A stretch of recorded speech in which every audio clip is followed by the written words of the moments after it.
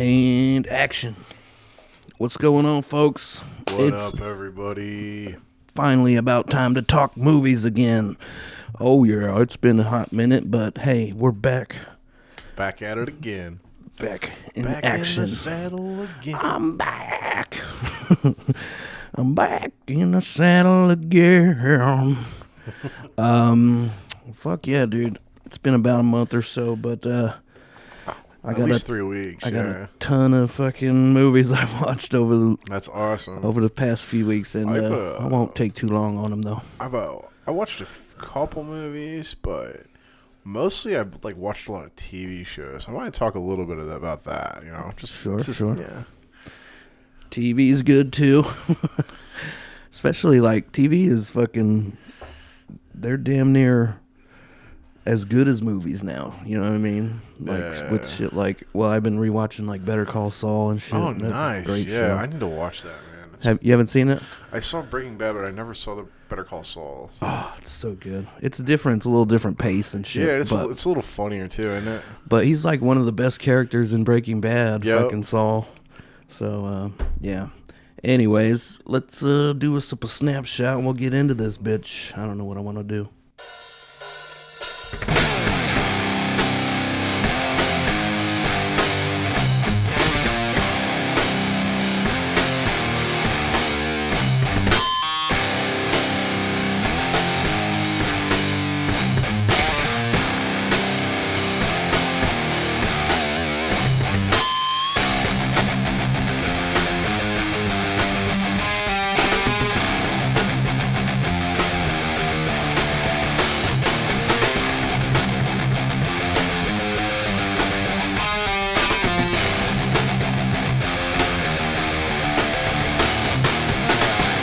So yeah, fuck yeah, dude. Movies. Oh yeah, brother. Now it's time to talk movies, dude. And that's how fucking movies work. I've been doing that because I've been watching the podcast Dudesy, and he always does the fucking Hulk Hogan. He does Macho Man and Hulk Hogan and The Rock. He does all kinds of impressions. Nice. Will Sasso, he's fucking hilarious. Oh, dude, I love Will Sasso. Actually, I'm going to say this. The TV shows that I was talking about has Will Sasso in it.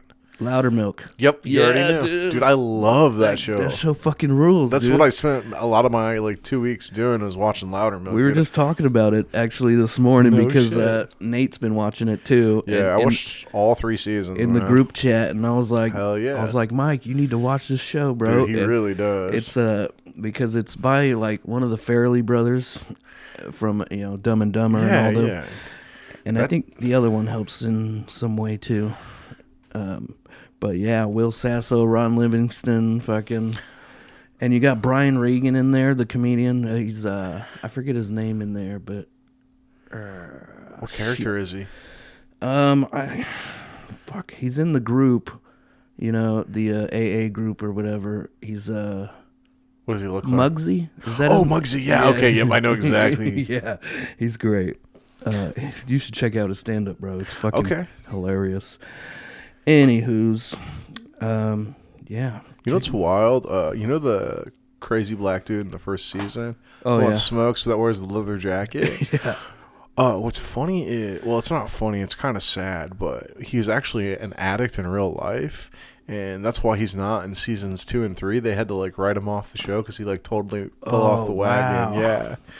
Dude, he was funny, dude. He was so funny. Even, that's why I was so sad when he didn't come back in season 2. I did not know that. Yeah. That's crazy. I watched a bunch of movies, like I said. First one on my list is we went to the theaters and saw Iron Claw. The Iron Claw. You heard about that one?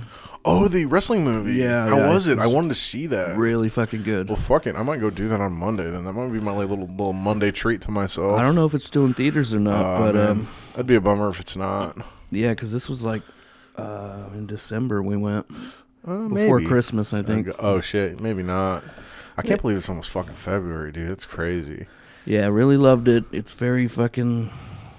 It's about toxic masculinity and all that shit. Do you know the story of the wrestlers? Yeah, I know. Most of them died too. I think all but one of the brothers died. The curse of the fucking Von Erich's family. The curse of the Von Erich family. Yep. Mm-hmm. Loved it. Check that out. The next one I watch is The Hudsucker Proxy. Ever heard of it? Yeah, it's got Tim Robinson in it. Yeah. It's supposed to be a really weird movie. It's a lesser-known Coen Brothers movie for a reason. It's not great. Yeah. Paul Newman's also in it. Yeah. And John Mahoney, the dad from Frasier, Yep. he's in it. Yeah. Have you seen it or no? You never seen it? I just know of it because it's one of those movies because I've watched a lot of movies with Tim Robinson in them. Like, and I know I like. Do you like him? There are a lot of his movies I Shawshank. like. I love Shawshank, dude. It's one of my favorite movies. Yeah, I can't think of what else he's in. He's in a movie called Bull Durham. I mean, he's been in a I've lot never of seen Bull stuff. Durham. I've heard about it. He's in Mystic River with Sean Penn. Like, I've never seen it. he's been on a lot of movies. So like, and that was the one. He's also in a movie with Robin Williams where he's like a dirty car salesman. Like Tim Robin Williams. Yo, I forget what that movie's called, but Next one on my list, it was around Christmas time, so I watched 8 Crazy Nights. Still holds up. It's good Sandler fucking movie, animated fun time. Bum bitty bitty bitty bum bum. oh yeah, that song, man. I saw it on Hulu. I almost watched it. Maybe I should. It's very short, dude. It's like under 90 minutes. Yeah, it's like 80 minutes or something like that. You got any movies pop in your head? If not, I'll keep going. Well, the one that I just watched, actually, the night before last, I rewatched Across the Spider-Verse again. I fucking love that movie, dude. How many times has it been now? Probably like 5. Wow. And that just came out, right? Like not too long ago. Last year, yeah. Yeah. But I don't know. It's just there's like Maybe I should try it. Well, there's just it really hits on some emotional beats, like every time, like, and it's a cool movie. It's one of those movies where there's so much information in it, and it's like it's a really cool if you're like, because I grew up reading Spider-Man comics, right? Mm-hmm. So there are so many Easter eggs, like all across, like pretty much any Spider-Man medium, like video games. And some of the older movies and some of the older cartoons and like some of the lesser known like comic book stories. And so it's really cool to like go back and watch it and then like, oh yeah, that's a fucking cool Easter egg. And then there's just little things that you pick up on. Who are the voices in that? I'd have to look it up because I know the Oscar Wilde plays like the main Spider-Man bad guy. He's plays Miguel O'Hare, Spider-Man 2099. Let me look up who the Spot is because he's a famous I feel like I just heard something about the voice actors in that movie. I can't remember though.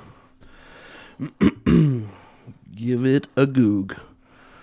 Drew is Googling, looking for you. Drew is Googling, I hope he finds it. That didn't work. No, I just it autofilled it.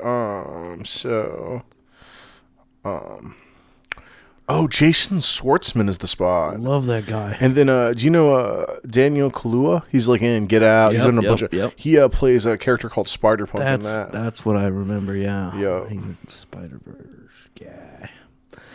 Cool, man. Anyone else notable? Actually, Tobey Maguire, Chris Pine, Post Malone makes yeah. My headphones, I think, just went out. That was weird. Oh, my bad. I'm fucking with the thing. Is it good or no? No. Fumble with it? Fumbleina. Cut this out. There it is. There. Yep. I just had to give it a little twist. Give it a little tweet. All right. Alfred Molina's in it, too. Speaking of Jason Schwartzman, he was in the next movie on my list. No shit. Asteroid City. Wes Anderson. Oh, okay. Hated it. I just can't do Wes Anderson. I don't know what it is. I don't like it. And I've tried many of his movies. Like you picked one. What was it? The Fox one. Oh yeah, Mr. Fox. Fantastic Mr. Fox. Yeah. That was probably the one I liked the most out of all I've seen. Yeah. I still want to watch Royal Tenenbaums, but I'm not positive that I'll like it. Dude, I'm not. The funniest line in that whole movie is Tenenbaums? In Royal Tenenbaums is not Clive Owen, but Luke Owen. He is Ben Stiller's... Luke Wilson, yeah. Luke Wilson is Ben Stiller's brother, and he's like the baby of the family, and he's like the golden child. And he's in love with his stepsister, and he finds out she's married, so he decides to commit suicide. And but nobody like his suicide note like ends up like under a desk, so nobody reads it. And he's just like, oh, you wrote. He's like, why didn't you tell anybody about like what you were feeling? He's like, I did. He's like, I wrote a letter. I wrote a suicide note. And Ben Stiller goes, was it dark? And Luke Wilson looks at me and goes, it was a suicide note. Of course it was dark. Like, yeah, that's funny. I like that. I wonder if that's streaming. If it is, I'll probably check it out. I don't have high hopes for it, you know? Yeah, with that one, it's not as like Wes Anderson has like just that really weird style of storytelling, right? And I think that's what throws me off. And with the real Tenenbaums, it's not as weird. It's like the weirdness is toned down.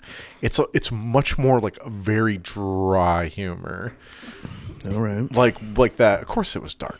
It's a suicide note. Yeah, that's funny. Next one, Bones and All. You heard about this? Timothée Chalamet. No. It was like an interesting concept. It was like there's certain humans that have to feed on other humans or something like that. Like they just have for whatever reason they have like a fucking hunger for human flesh. But I thought the dialogue wasn't great. There's some shocking scenes. Some of the acting wasn't the best. But overall, I felt like I liked it, but it could have been done better, I feel like. So that's my synopsis on that. And then, you got anything else? I'm trying to think. I still got a whole list that I got to run through. I did watch this movie called Ninja Assassin. It's about a ninja assassin.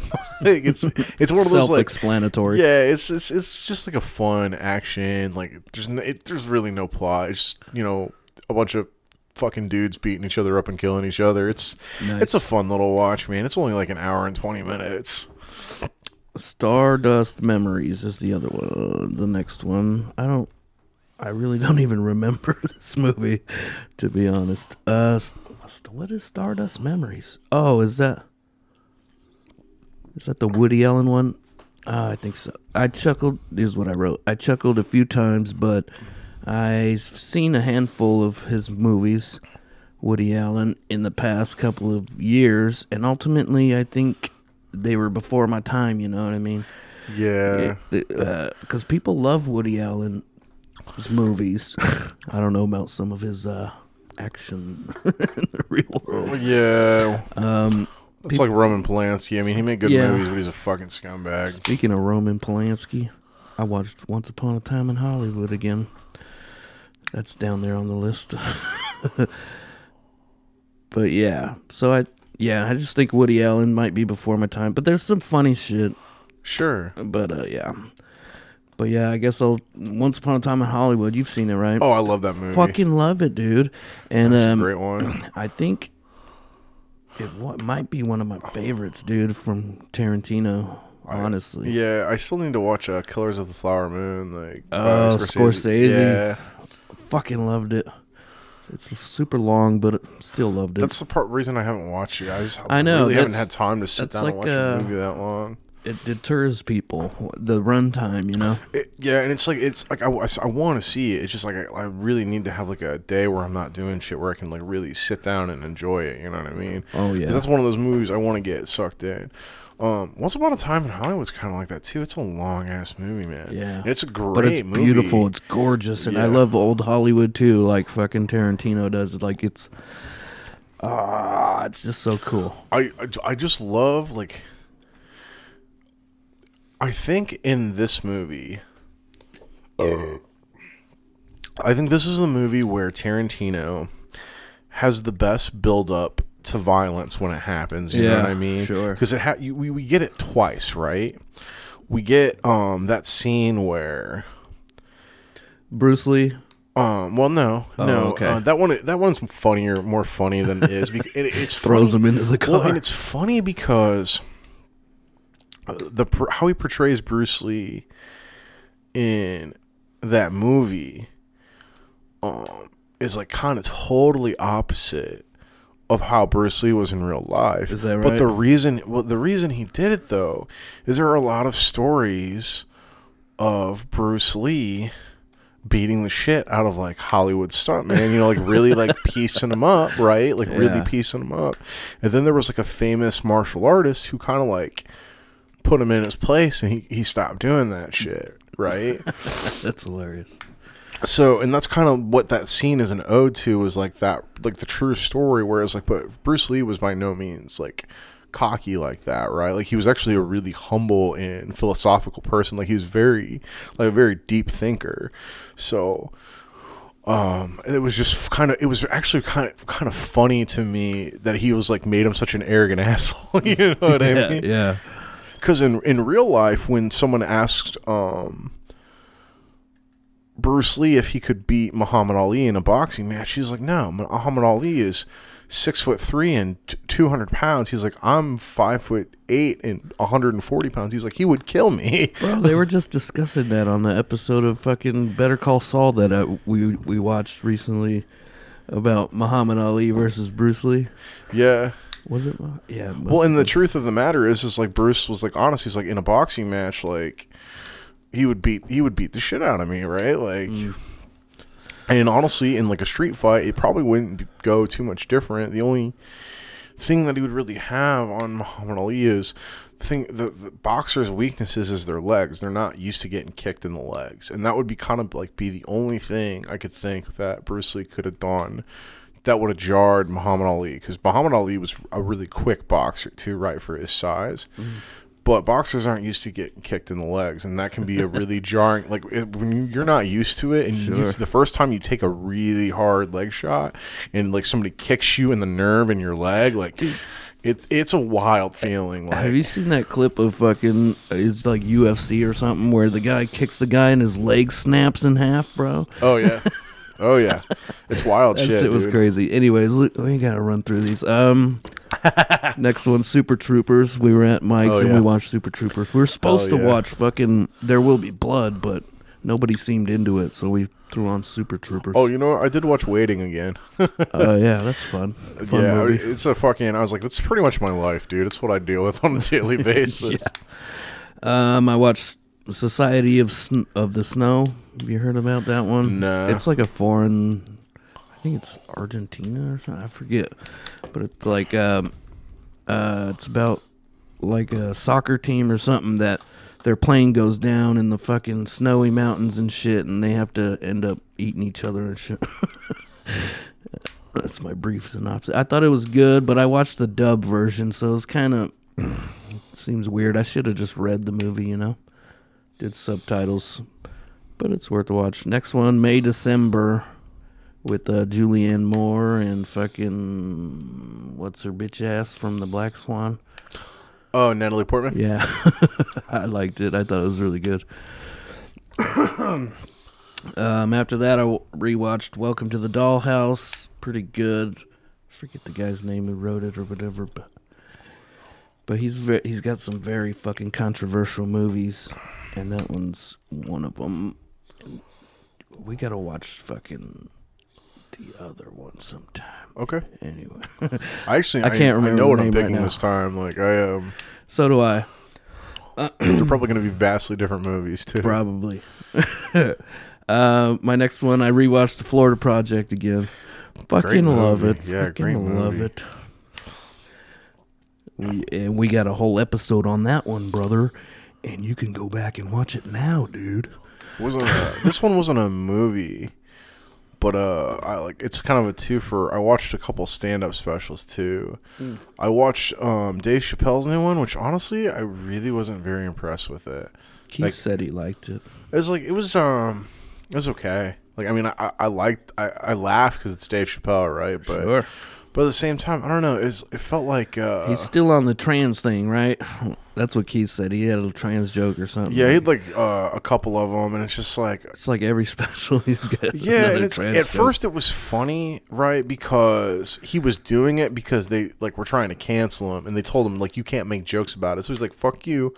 I'm gonna make doubles down, and he just kept doubling down, and it's kind of just like, okay, man, it's like it was funny the first like 15 times you did it, and now it's like it's kind of played out. I was like, I want to like, what he did. He's like, I'm not making fun of the trans anymore. You know how I'm going after now because I love punching down. He's like, I'm gonna make fun of handicapped people, and that was pretty funny. I was just funny. Like. It's like impossible pussy. Well, he was like making fun of a dude, like he was like fake rolling up to the stage. He's like, I thought you were gonna do them trans jokes tonight. That's the only reason I came. And I was like, that was kind of funny, but hell yeah, it was still just like, I don't know. It felt like very like played out and a lot of like shit that he just kind of reused. You know what I mean? I was like, I'm not mad at you, man. Like, you made a career doing this, and like people are still paying you millions of dollars to just go up on stage and tell jokes, and so like I can't hate on that, but I just wasn't. I don't know. He's had some specials that are just so like they're like a mix of they're so funny, but they're also insightful, right? And the last couple have kind of just been inferior to that. I feel like, you know what I mean? Like it just doesn't have like that same magic that he's had with some of his shit. Sure. Now on the flip side, I watched Dusty Slay's new special, and I actually absolutely loved it. I think that guy's hilarious. I've seen some of his stand up, and I love that he opens every stand up with he's like, "We're having a good time." He's like, yeah. Some comedians ask. He's like, I can't risk it. he's like, and honestly, I don't care. I'm gonna tell that joke on every special because it's true. I know. I'm sad that we missed Mark Norman too. He was just in town. Yeah, I know. I saw that. I was like, fuck, man, because that was also the night that I was I had to bartend until like 3 a.m.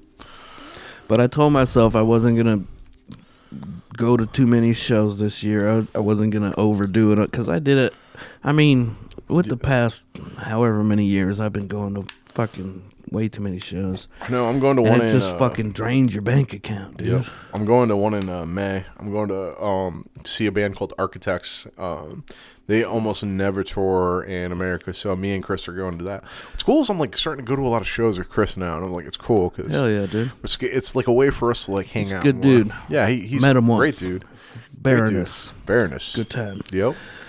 Oh, I want to shout out March 16th, my buddy Mop, Brandon Cobb, who's been on the show, friend of the pod. He's got a show over here at Healer right around the corner from here. Okay, cool. And we're going to pump it. We're going to give away some tickets to that show, dude.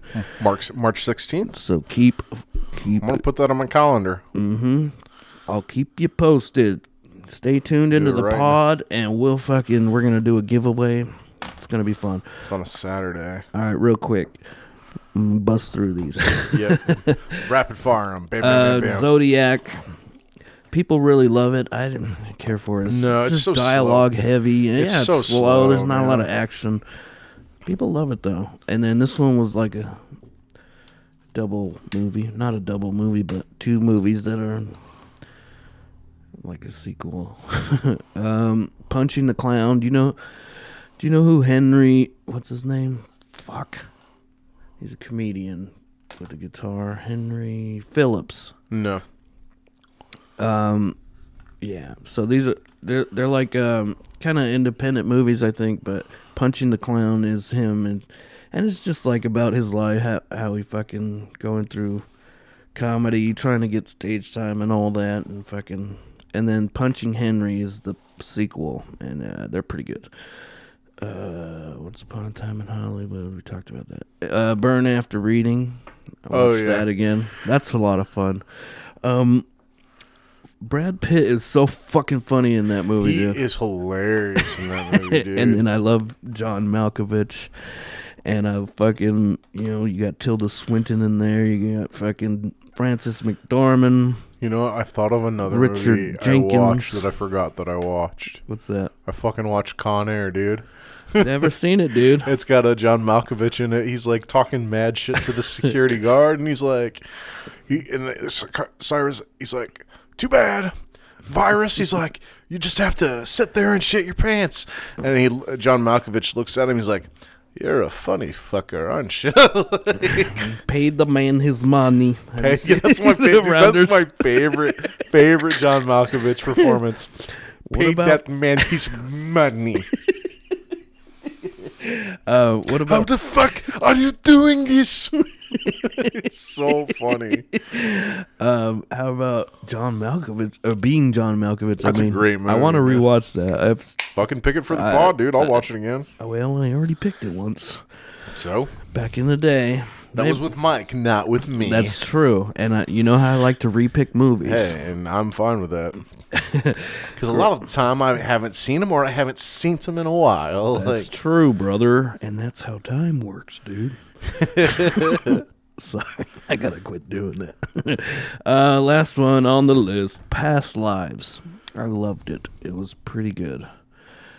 It's a newer movie. It's about a Korean woman and her old childhood crush, and she moved out of Korea to New York, and they get back in touch, but she already got married, and it's like a fucking whole kind of love triangle thing. It's pretty good. Recommend. All right, let's get into a movie, dude. Let's do Banshees of Inisherin first. Oh, sure thing. Let's do it. Banshees of Inisherin is a 2022 comedy. It's a comedy horror when I looked it up. I don't think it's horror. I don't think it's a horror movie. I think there are comedic elements, right? There is some stuff that really cracked me up. Dude, it's funny. But it's I'm gonna say it parallels In Bruges a lot, right? Where it's like there are really comedic moments. Yeah, but they're actually both really kind of fucking dark movies. Oh yeah, man. yeah, really dark. And if you don't know, it's the same director, Martin McDonagh. I think that's how you say it. So yeah, it's kind of one of them themed episodes. We picked a movie. We both picked movies. By the same director. The same director, and yeah. Same it was a twofer. Genre. Yeah, it was a twofer. We got a 96 Rotten Tomatoes score. Fucking baller. That's pretty fair for this movie. That's fucking high. 75 audience score. See, that one I can understand too, where it's like, this is definitely not going to be everybody's cup of tea, right? It's my cup of jizz. Oh, well, of course it is. Well, I think there's a connection there too, because I'm an Irish queef. So I'm half Irish, half German. So yeah, there's definitely a. Although what's funny is the island that they're talking about, it totally does not exist in Ireland. Yeah, it's totally fictional. Let me throw out a couple taglines. We got everything was fine yesterday. That's perfect. That is actually the perfect line for this movie. Yeah. And then the other one, you can't spell friend without end.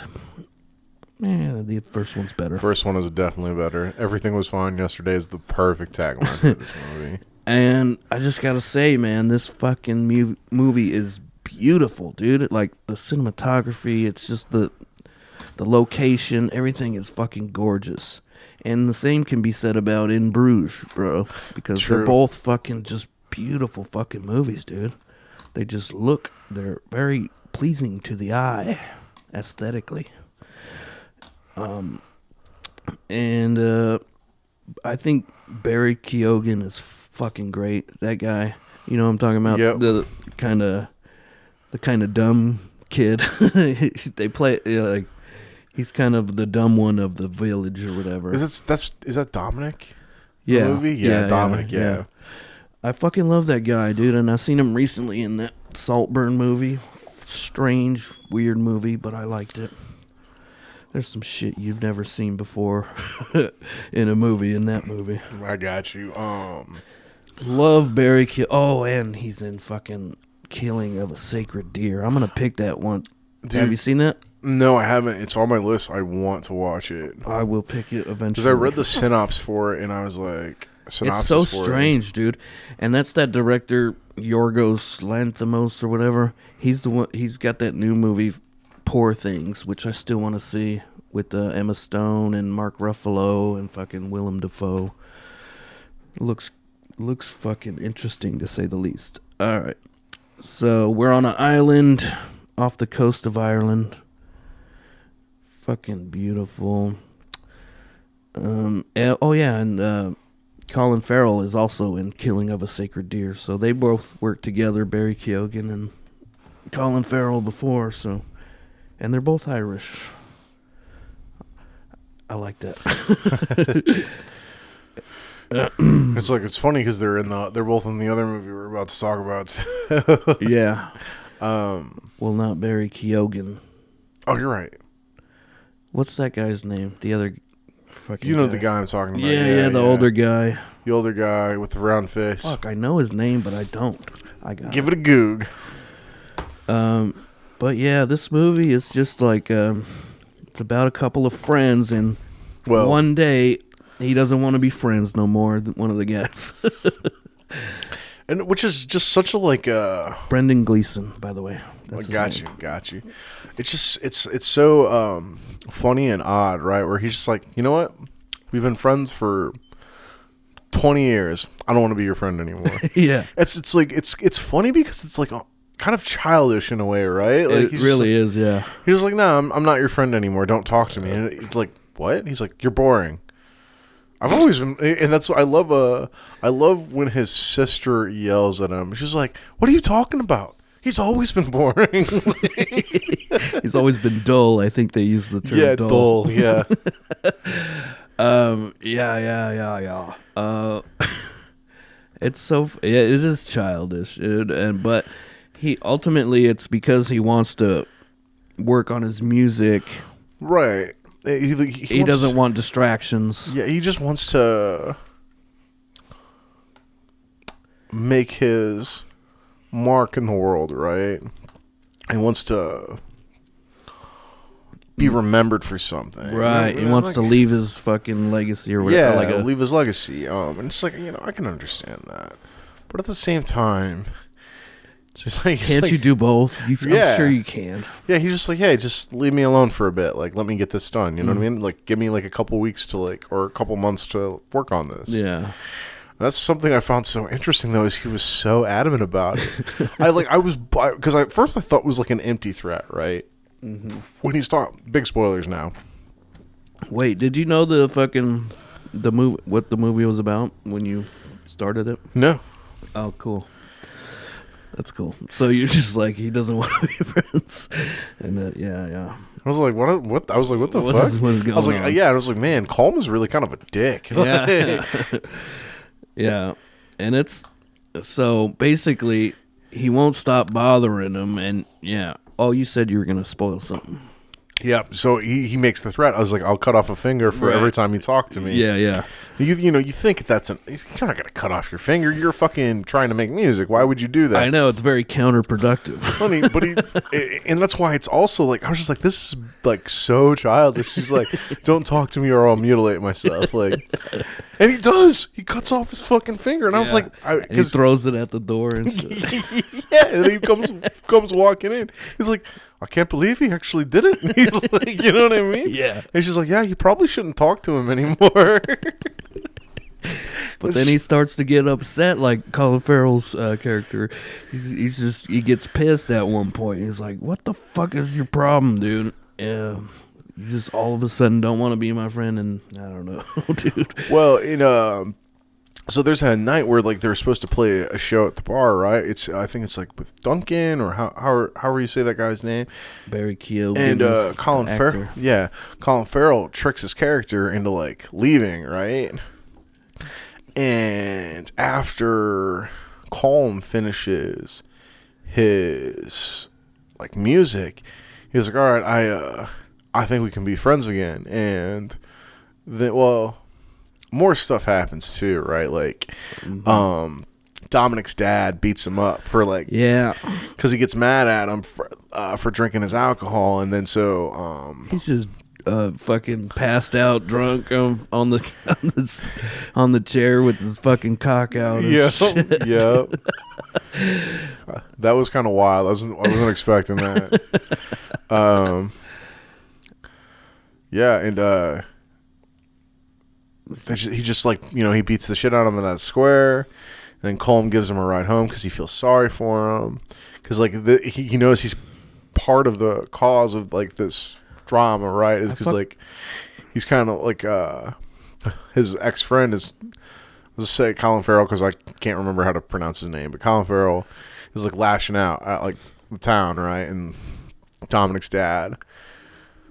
But then the stuff with Duncan happens. And then after Colm tries to make amends, Colin Farrell tells him what he did. Podrick, yeah. So Podrick tells Colm what he did. And then the next morning, Colm cuts all the rest of his 4 fingers off and throws them in his door. It's like such a fucking crazy thing to do. You know what I mean? Yeah. But and I think at some point his sister left, right? Like she... Right? Yeah. She gets a job in on the mainland. On the mainland, so she takes off, right? And so he's sad about that too. And then because of the finger thing, his beloved donkey chokes on one of the fingers. He tries to eat it and it dies. Yeah, and that's when he really gets pissed. And that's when Podrick decides that him and Colm aren't going to be friends anymore. And so he goes and tells him he's going to burn his house down at 2 p.m. the next day. And the craziest regardless shit is if you're in there or not. This is the thing that blew me away. Is like he burns the house down, right? But then he decides to...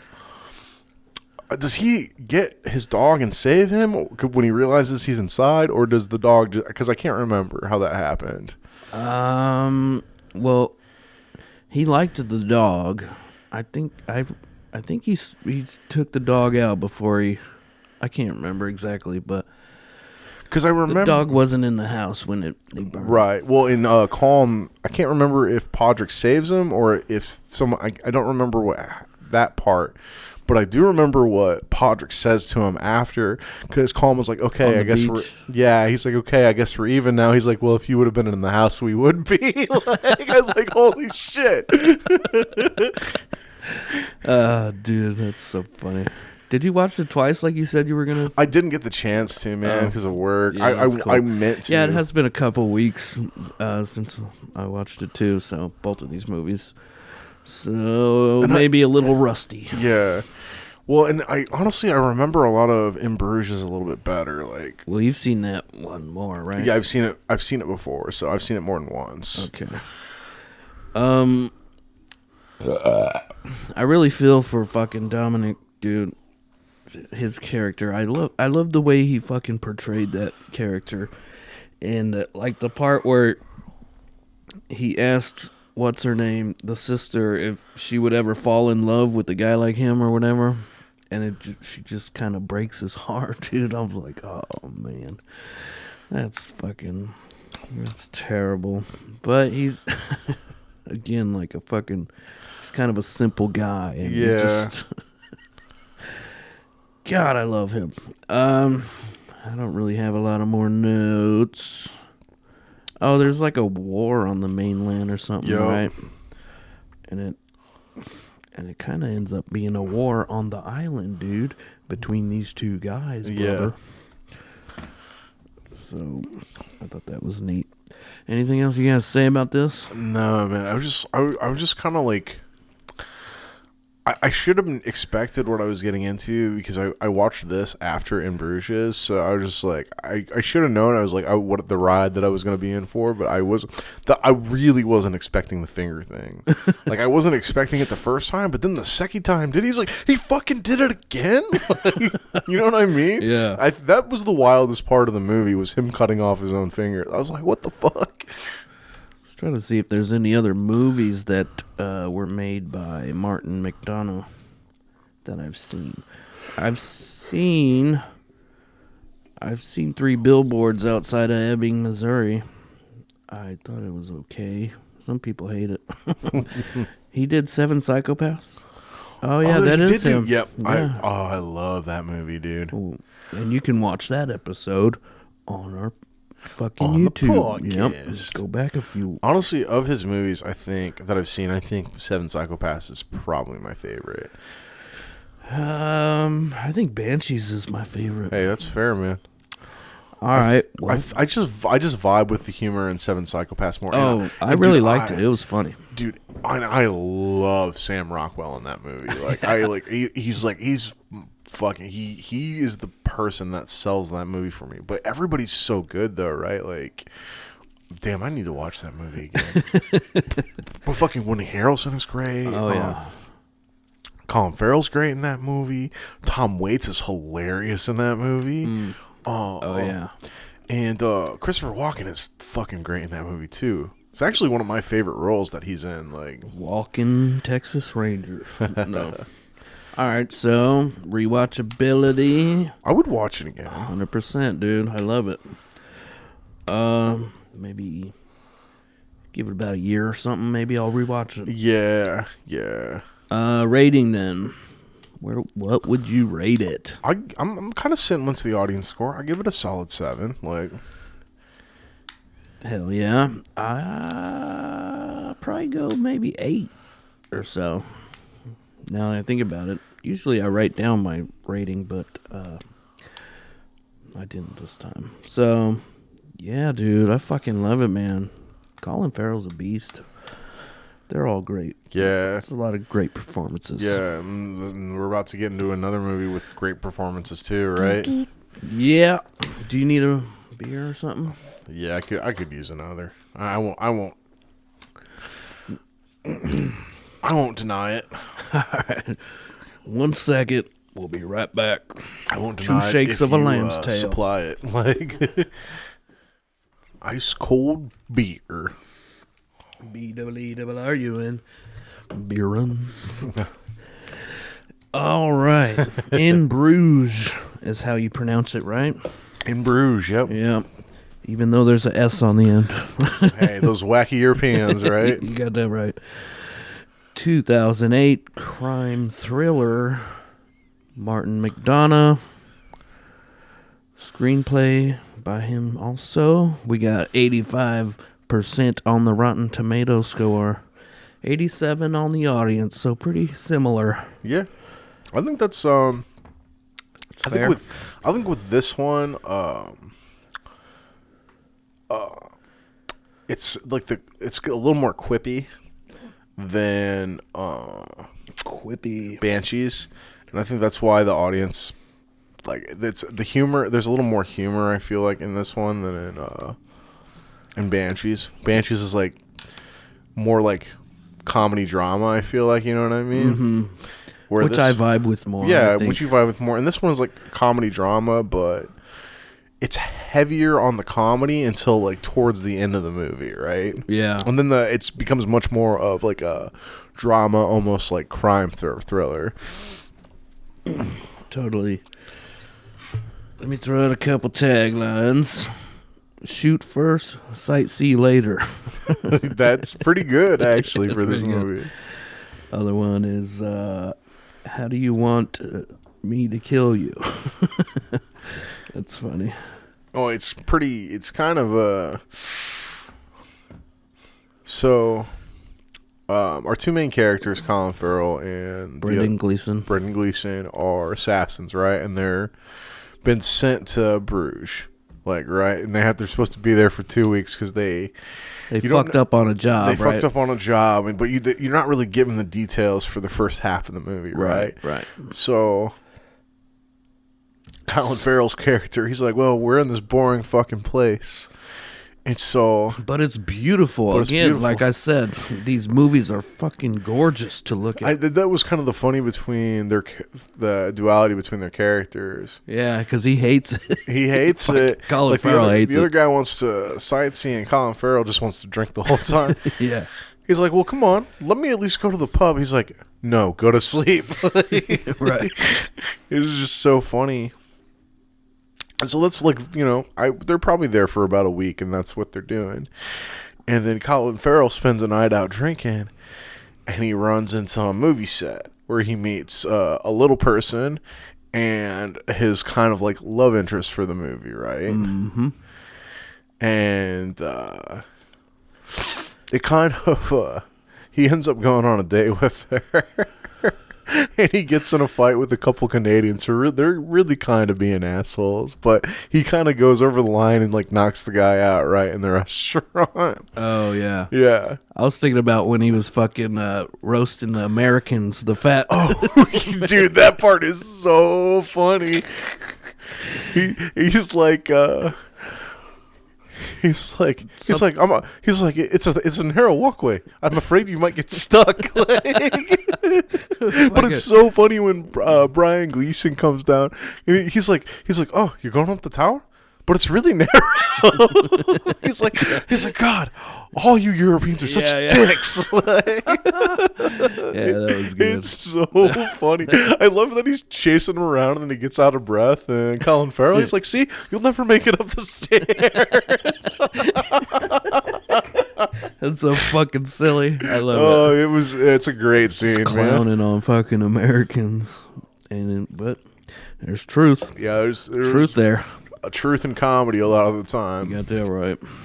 But the reason why I brought up his love interest, because it's so funny, because you find out like they're having a dinner, right? He said you're a bunch of fucking elephants. You're a bunch of fucking elephants, yeah. But when he's having dinner with the girl, he jokingly tells her he's an assassin, right? And then she jokingly says she's a drug dealer. He's like, do I look like a drug dealer? He's like, oh, absolutely. Yeah. And come to find out, though, she really is a drug dealer. And then the best part is she's a drug dealer, but also the guy that she was like dating, they like trick tourists and like rob them, right?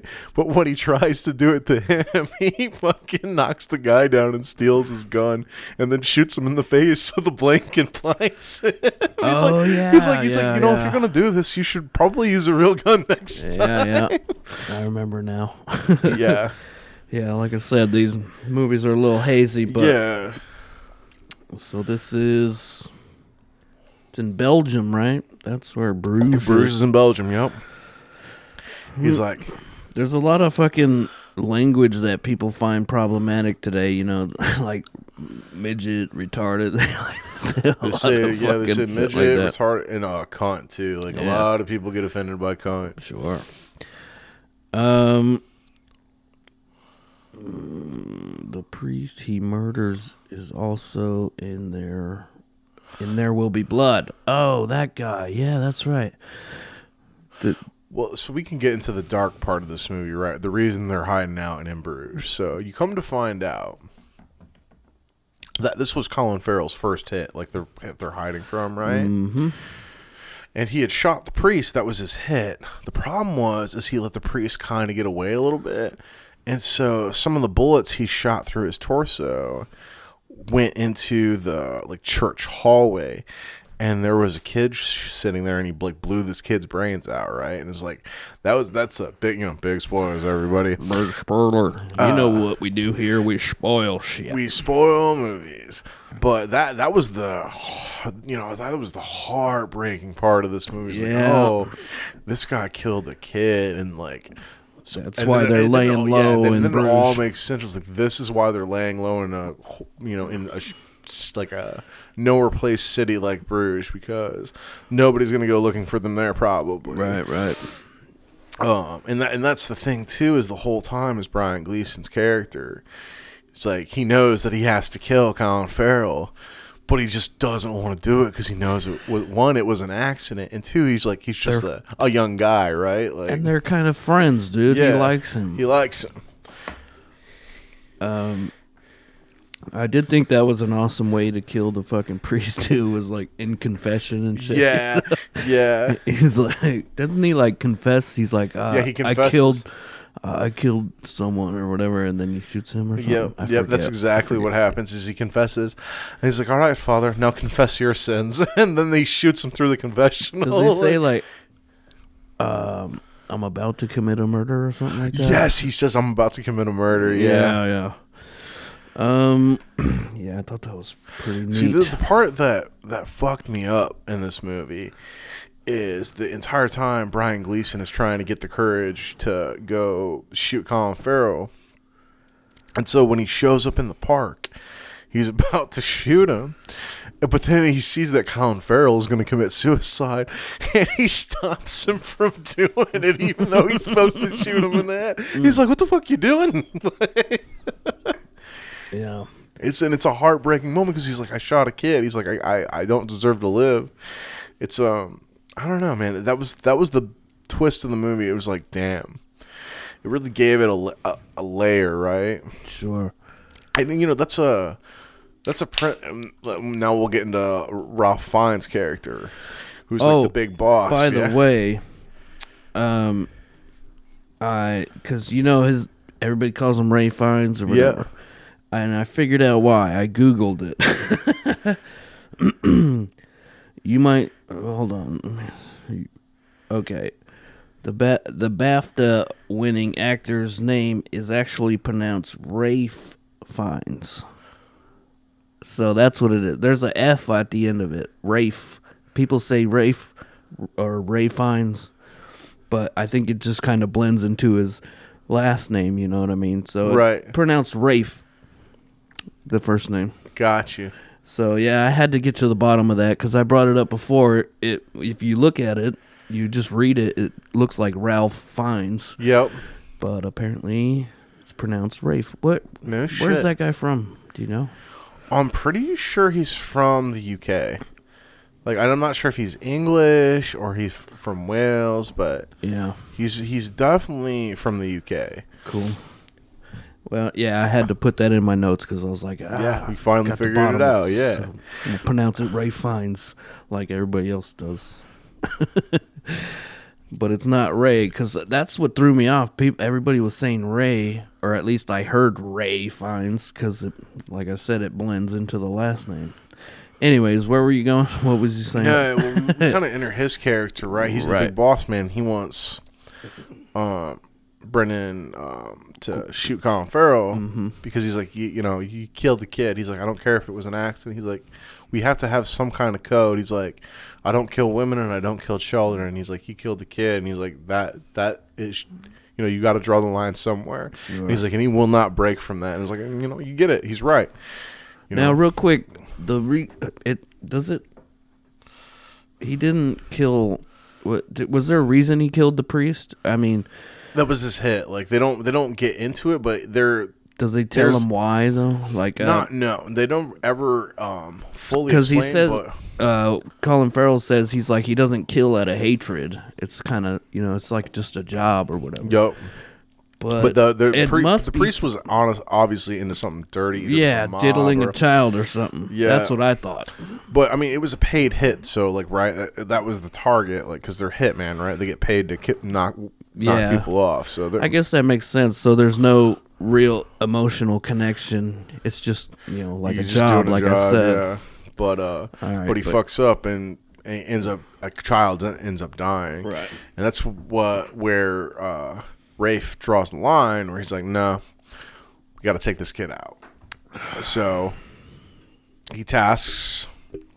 I'm just gonna look up their names because I'm tired of saying the actors' names. Sure. I think I might got it right here. You got Ray. Oh, his name's Ray. Ray and Ken. Mm-hmm. Colin Farrell is Ray. Brendan Gleeson is Ken. Ray Fiennes is Harry Waters. Okay. So Harry, yeah. So Harry, he's got to draw a line somewhere. And is Ray Colin Farrell? Yeah, yeah. And then who's Ken. Ken. That's right. So Ken is tasked with killing Ray. He just can't bring himself to do it, right? Because he's clearly been doing this for a long time. And this was Ray's first ever job. And so he decides he's not going to kill him. He's going to let him get on a train, and where he goes, he goes. Oh. But this is the funny thing. That's why I brought up the fight with the Canadian in the restaurant, right, that he punches out. Yeah. Because when Ray is on the train, the Canadian spots him, and Ray gets yeah. arrested. Oh yeah, I remember. And then the girl actually comes to bail him out, and they end up going on a date.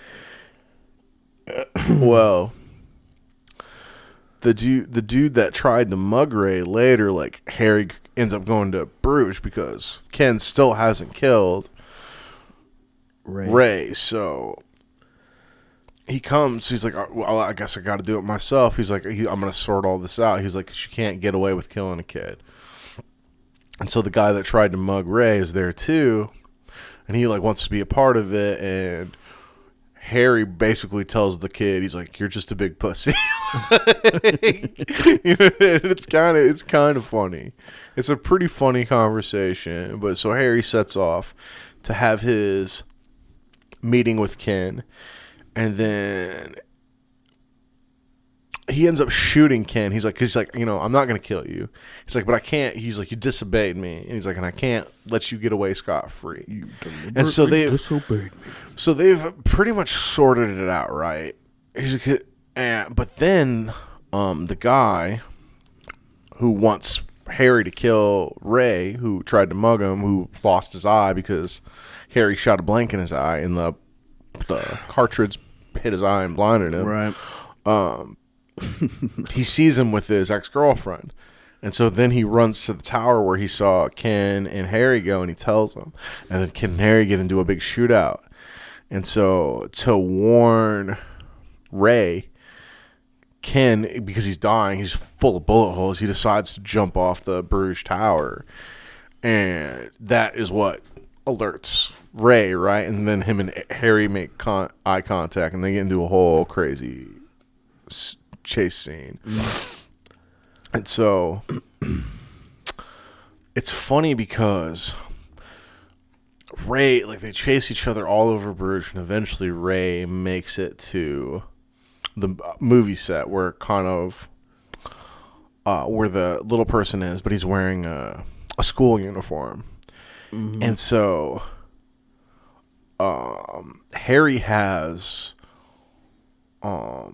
a type of bullet that kind of explodes on impact, so that it leaves a deeper hole, but he shoots Ray while he's too close to him, so the bullets just go right through him, and they hit the little person behind him, right? The dwarf actor. Yeah, kind of like the when Harry sees him lying on the ground, it looks like he killed a kid again. Looked like he killed a kid. Oh yeah. And Ray is trying to stop him. He's like, Harry, don't. And Harry looks at him. He's like, if I'm anything, I'm a man of my principles, Ray.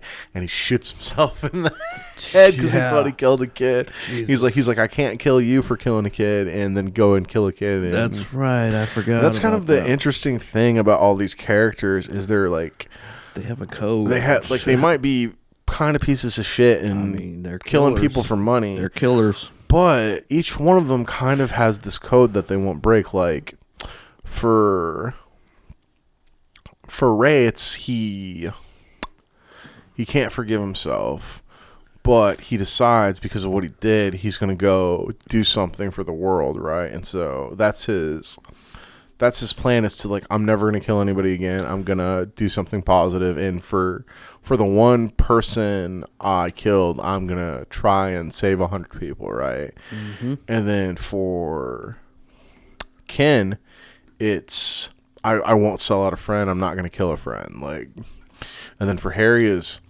we don't kill children. So Harry, they each kind of have their own set of each. It's interesting that each character has their own set of individual principles. Yeah, fuck yeah. There's just some. I'm sorry, I didn't mean to go ahead. But there's just some really funny scenes in this movie. Oh, exactly. That's what I was about to say. There's the scene when they're doing coke and chatting about like race war and fucking. With the little guy, with the little actor, yeah.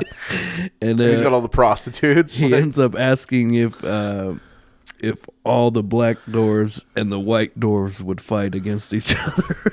And he says yes. And he goes, now that would make a good film. Well, what's funny is Ken's wife, he goes, well, my wife used to be black and now she's dead. He's like, so what side does that put me on? Right. Yeah, that's fucking sad. That was just a hilarious conversation, dude. The other one that's really funny, and that's what like this director, he's so good at writing like believable funny dialogue. It's like when Ken thinks Harry is just gonna shoot him on the spot. He's like, I gotta be honest with you.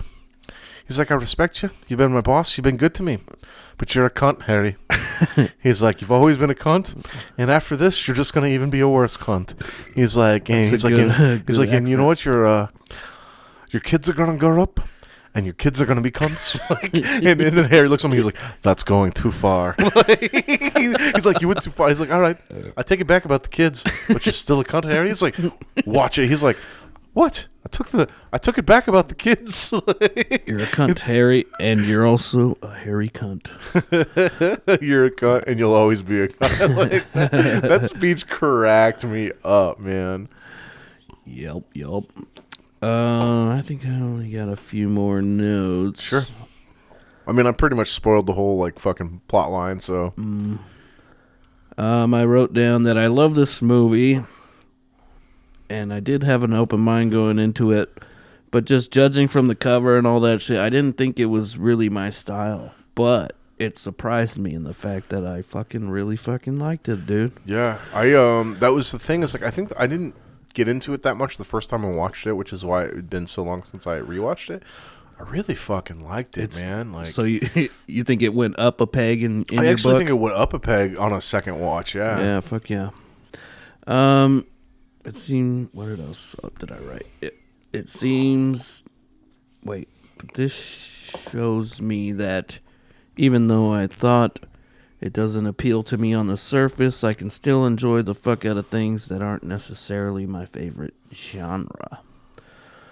And that being like kind of action-y thriller type. And it's funny though, because that's what I mean by that. Yeah, but it's really not though. It's like really just like the last 15 minutes, right? Where like there's the like chase. Mm-hmm. It's like, and I think this movie does a really good job of building up to that, right? Where there's not like a bunch of mindless action scenes. It's like this is like something that tension is building, and then once like once that guy tells him, oh, Ray is right down the street, and that clicks in his mind, that's when like that tension breaks, and it's all out war there. Like, yeah, dude, don't judge a book by its cover. That's what I mean. It's another movie with really kind of a bleak ending, right? Like both movies kind of have like pretty bleak endings, which I'm not mad about, dude. That's how that's how life works. Yeah. Man.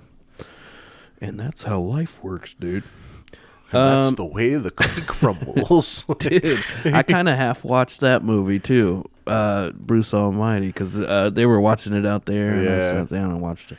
Another movie I half watched was Maestro, that new one with fucking dude from Hangover, Bradley Cooper. And Carey Mulligan, and I fucking hated it, dude. It's like nominated for like 7 Oscars. Honestly, or something. man, one of those fucking Oscar jerk-off movies I fucking don't. I can't stand. I know, right? What is it? That's like that. Actually, dude, we should do an Oscar episode. Okay. Do you watch? You don't watch the Oscars? I don't watch the Oscars. No, I watched it last year, and I really enjoyed it because, like, there's a lot of good movies that were represented, like Everything Everywhere All at Once won a bunch of shit, and then Brendan Fraser won for Best Actor, right? Yep. Good stuff. Anyways, all right, let's give it a rating and rewatchability. I would give this one a 7 too, man. Like, I'm about a 7. I'm with you. Yeah. Kind of like I think I like this one a little bit more because this movie is a little bit more my style, like movie. But sure. Yeah, it's interesting. It's a solid movie. Yeah, it's interesting because I lean more towards Banshees and you lean more towards Bruges. I think the comedy resonates a little better. But that's where that's like the what's it called? The fucking circles where we overlap. Yeah. Yeah. What the fuck is it called? Venn diagram. Yep. Yeah. Oh shit. I wrote down I gave it an 8, but I just said 7. But I gave Banshees an 8. Dude, you don't have to change it. You already said it. That's fine. It's a good rating, man. A 7 is a solid rating. All right.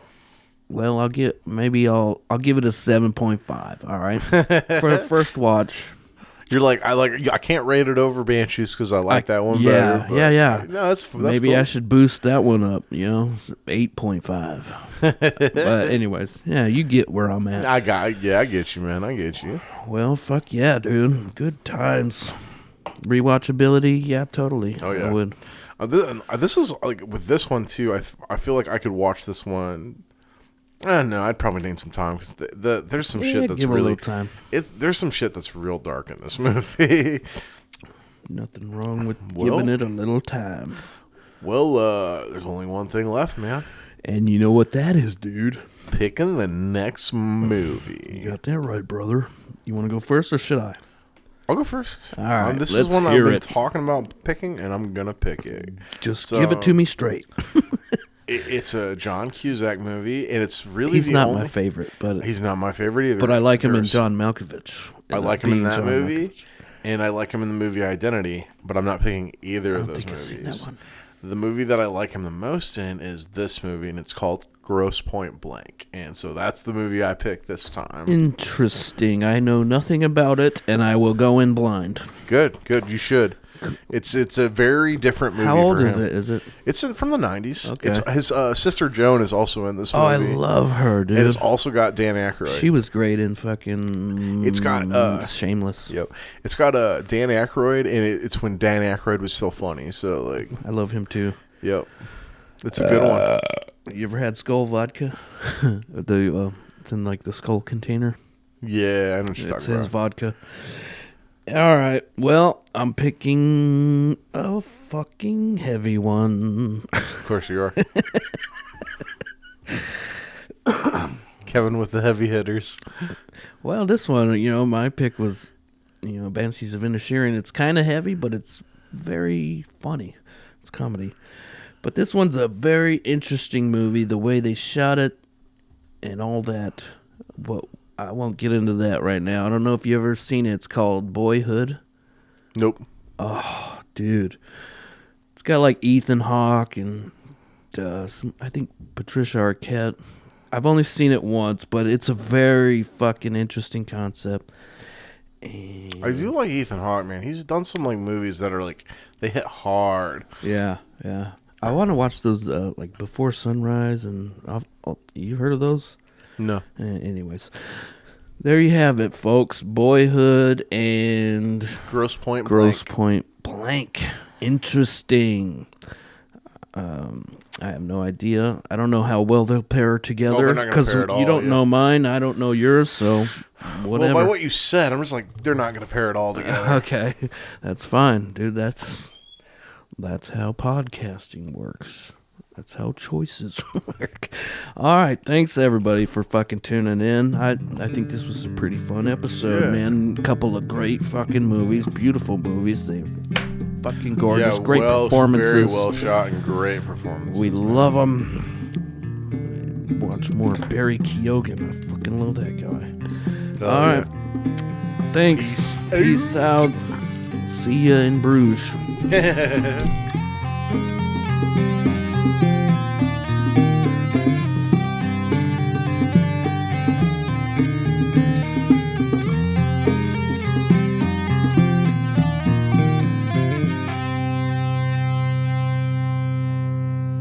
Paid the man his money. That's my favorite John Malkovich performance. Paid that man his money.